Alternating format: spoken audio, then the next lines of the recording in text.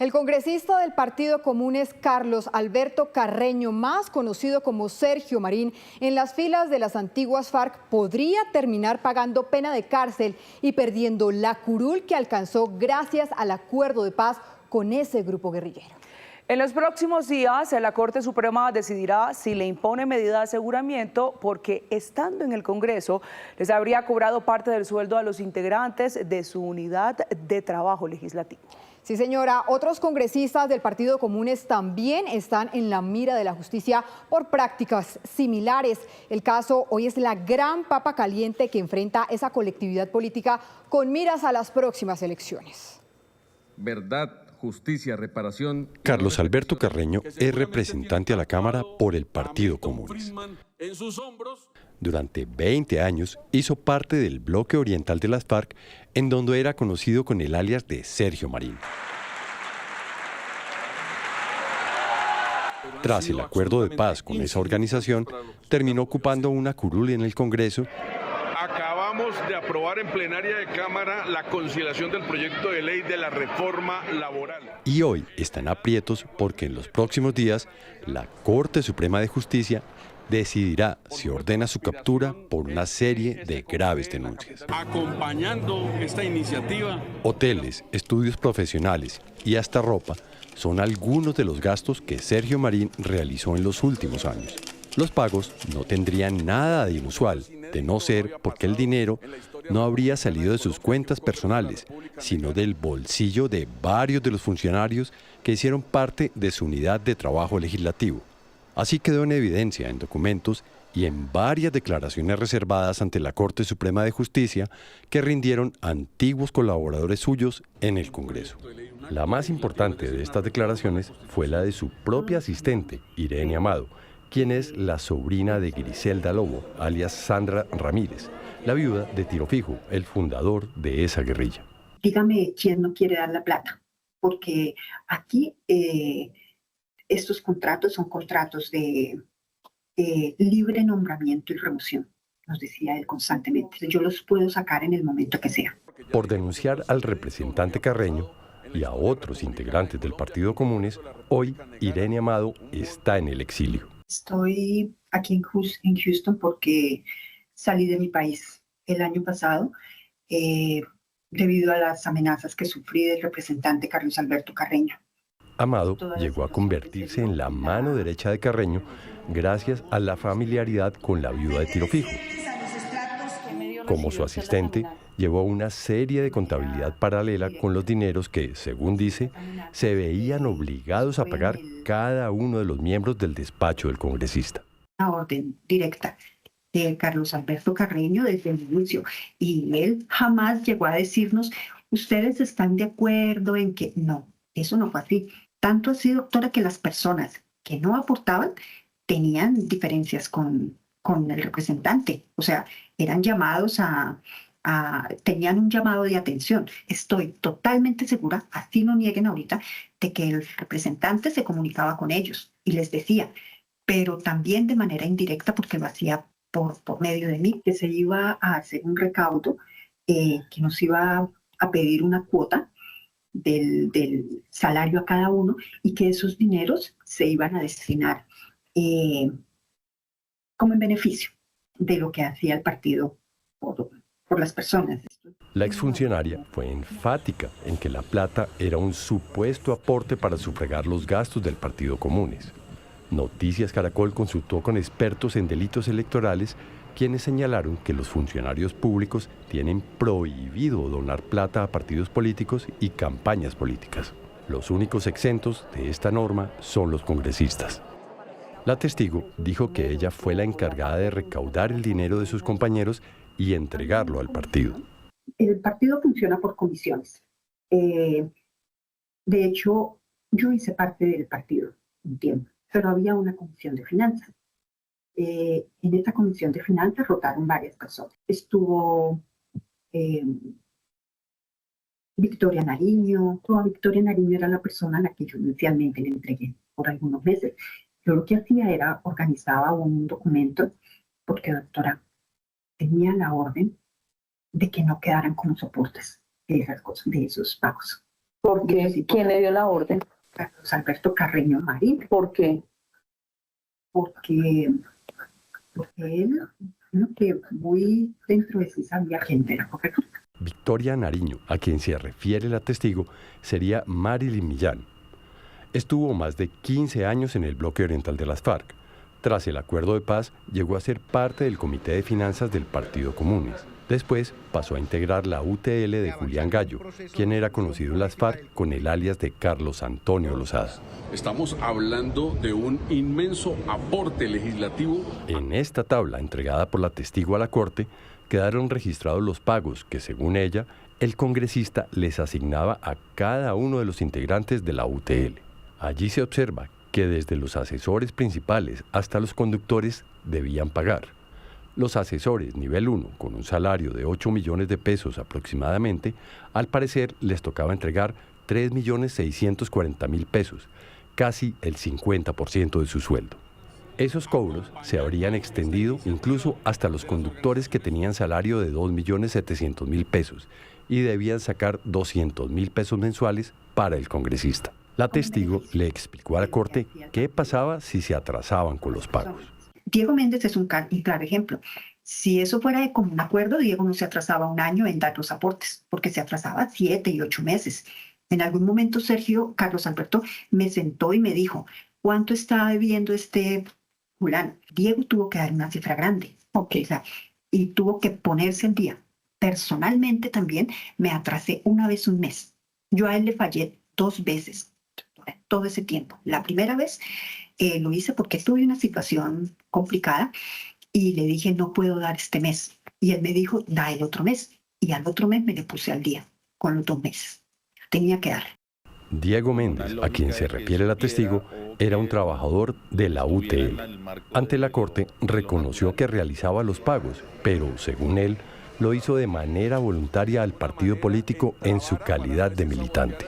Nosotros lo hacíamos, o por lo menos yo, lo hacía de una lógica pues, muy natural, de parte del ADN, de la militancia propia. Aunque Méndez intentó justificar los pagos, la realidad es que la ley prohíbe que funcionarios públicos, como los de la UTL, realicen aportes a partidos políticos, incluso si son militantes. Así lo explica Nicolás Farfán, ex registrador delegado para lo electoral. A los integrantes de las unidades de trabajo legislativo de los congresistas, en su calidad de servidores públicos, les está prohibido hacer donaciones o contribuciones al funcionamiento de los partidos o movimientos políticos y también contribuciones a las campañas electorales. Pero no todos los dineros pagados por los integrantes de la UTL del representante Carlos Carreño habrían sido destinados al Partido Comunes. Según la declaración de una de sus asistentes, el dinero que salía del bolsillo de sus colaboradores habría sido usado por el congresista presuntamente para cubrir gastos personales y campañas políticas.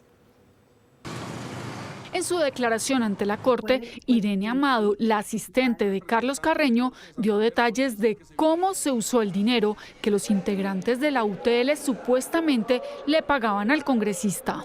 Dice 5 camisas SM bordadas en hilo, factura soporte. ¿Qué es eso? El representante me pidió que le comprara unas camisas de botón para él permanecer vestido de blanco en la campaña. Y se mandaron a bordar. ¿Y de dónde compraron las camisas? Del dinero de los aportes. En otra parte, habla de lo que serían pagos de mensualidades para tener acceso a una cadena de hoteles. Es Hotel Decameron.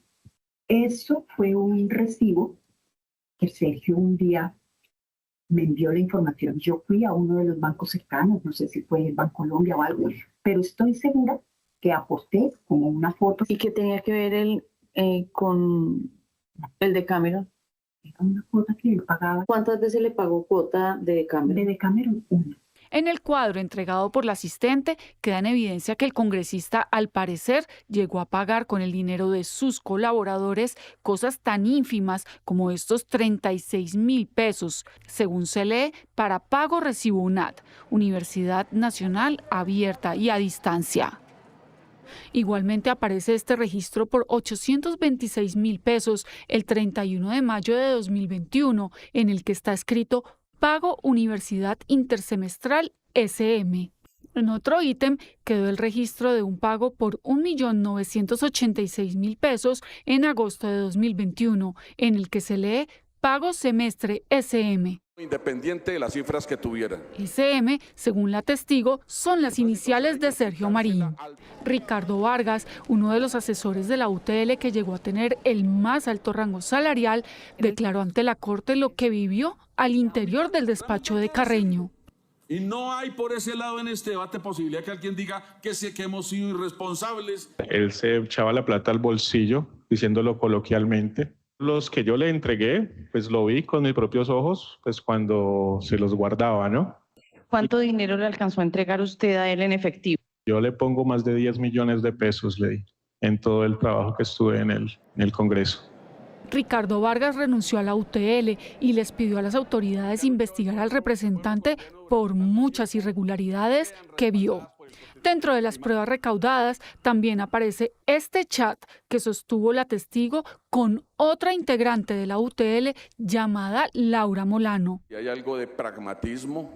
Allí queda claro que el congresista incluso hacía que los integrantes de la UTL le hicieran los trabajos de la universidad.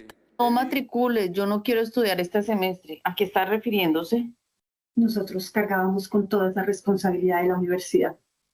Creamos un grupo entre los 4 que llamábamos las lamparitas. Pues eso nos acarreaba bastante trabajo, porque era ver una carrera. Pero lo que no entiendo aquí es por qué ella está diciendo que yo no me quiero matricular. ¿Ella también estudiaba? No, entonces yo no estudiaba. Yo estaba matriculando a Sergio Marín en la universidad. Pero lo que ella me quiere decir hoy es que no matricule a Sergio Marín porque vamos a tener mucha tarea nosotros. Es decir, que ustedes estudiaban por él. Exacto. Y de a 3 materias, ¿cómo así? Nos dividíamos todas las materias porque Sergio quería matricular todo. Él quería ver cantidad de materias, lo máximo permitido, entonces nos las dividíamos. En la contabilidad de pagos de la UTL que llevaba el asistente de Carreño aparecen varios giros que al parecer iban destinados a gastos de publicidad y aportes a campañas políticas durante los últimos años, algo que también prohíbe la ley para los funcionarios públicos. En esta casilla, por ejemplo, quedó registrado un pago por 2.300.000 pesos con las siglas SM, que significan Sergio Marín. Promocionar los candidatos. Según la testigo, este pago ocurrió en octubre de 2019, cuando se llevaron a cabo las elecciones regionales de alcaldes y gobernadores. Estaban en octubre del 2019, es de público conocimiento que estaban en las elecciones locales y regionales. ¿Ustedes tuvieron a quién le entregaron esa donación a campaña? ¿Se tuvo algún certificado de donación? No sé. ¿A quién le entregaron ese dinero? El dinero, por ejemplo, esa donación de campaña se lo tenía que entregar a Sergio. Y él me decía, eso es para la campaña. Y yo le entregaba a él el dinero. Fuimos nosotros. La Corte indaga si el representante Carreño incluso ascendió de cargo a algunos integrantes de la UTL para poder cobrarles un mayor porcentaje del sueldo en época de campañas electorales. Así se lo preguntó la magistrada Cristina Lombana a Laura Molano, otra de las testigos que insistió en que sus aportes siempre fueron voluntarios. Entonces, según el cuadro de la señora Irene Amado, ella dice que usted para esa época aportó la suma de 3.620.000 pesos cuando justo usted había recibido el cargo de asesor 1. ¿Qué comentario le merece ese documento? 1, insisto, no sé hoy si ese fue el valor exacto o no. Y 2, estábamos en campaña, yo lo dije desde el primer momento. ¿Y eso qué tiene que ver con que el aporte haya sido superior? En campaña yo siempre he donado al Partido Comunes, plata donde milito, incluso estando fuera de campaña. ¿Quién determinó el monto? Porque usted daba 100.000 pesos y de ahí a 3.600.000 la diferencia es... Ganaba más. Inmensa. Pues yo ganaba más y estábamos en campaña, teníamos que tener un colchón para la campaña. Otro ítem que llamó la atención de la Corte es esta casilla que registra el pago de 500.000 pesos para la compra de cascos y gafas. ¿Y para qué compraron cascos y gafas? Para una manifestación. ¿De qué? No recuerdo la razón específica de esa manifestación, pero lo era. Pero ahí debe haber fecha. Ahí esto dice cascos y gafas, 11 de junio del 2021. Estoy segura que si miramos esa fecha, aparece alguna noticia sobre lo que estaba cursando en ese momento en el país. Para esa fecha, 11 de junio de 2021, el país estaba en pleno estallido social durante el gobierno de Iván Duque.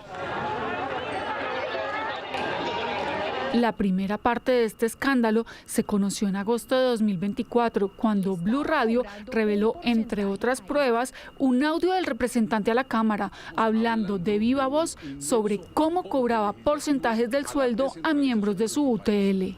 Yo le dije a Wilson, bueno, lo contratamos ahí, pero una parte de lo que usted se va a ganar para que se le dé a tú, porque es otro que está fundido. Yo le digo, no lo he visto, yo le hablé en ese momento como de 5 millones.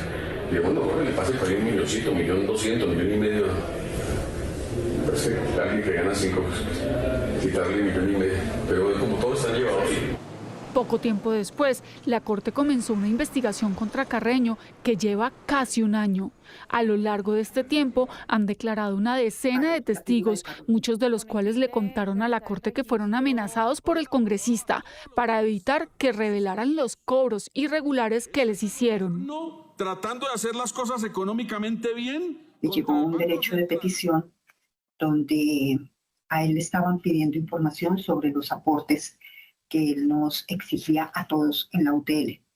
Él nos reunió en la oficina, estábamos todo el equipo, y él nos amenazó y él dijo que si eso salía a la luz, que si seguían las acusaciones contra él, dando por hecho que había sido yo, que habíamos sido como los artífices de ese documento que a él le llegó, que él nos iba, si él tenía que ir a la cárcel, que él iba, que él se volvía peor allá, y que él salía y que se llevaba por delante a que fuera, y que él sabía dónde vivían nuestras familias. Es una Colombia en paz, con justicia social. Carreño fue llamado a indagatoria por la Corte, pero se acogió a su derecho a guardar silencio.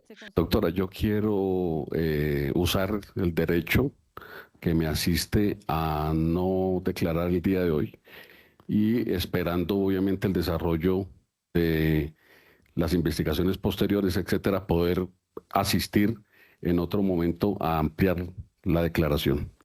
Consultado por Noticias Caracol, el representante negó a través de su abogado que hubiera hecho exigencias de dinero a miembros de su UTL.